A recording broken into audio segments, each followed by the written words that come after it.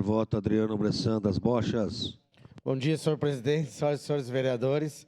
Pois é, presidente, no momento oportuno eu com certeza votaria favorável, até pela reunião que nós tivemos com o Citon, e entender, sim, que a bocha, com certeza, a gente vai se organizar, né, Citon, já fica o compromisso, porque, queira ou não queira, vamos estar com certeza lá nos pavilhões, Felipe, novamente na Festa da Uva.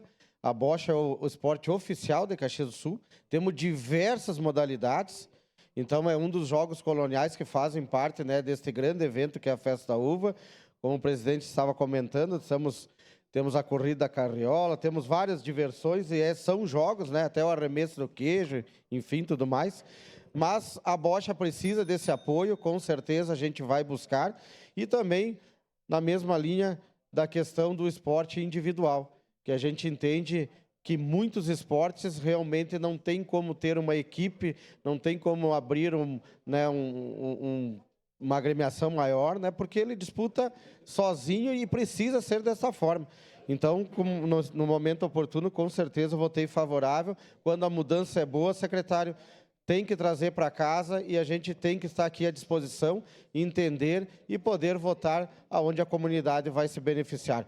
Parabéns, estamos aqui apoiando e sempre à disposição. Obrigado, senhor presidente. Obrigado.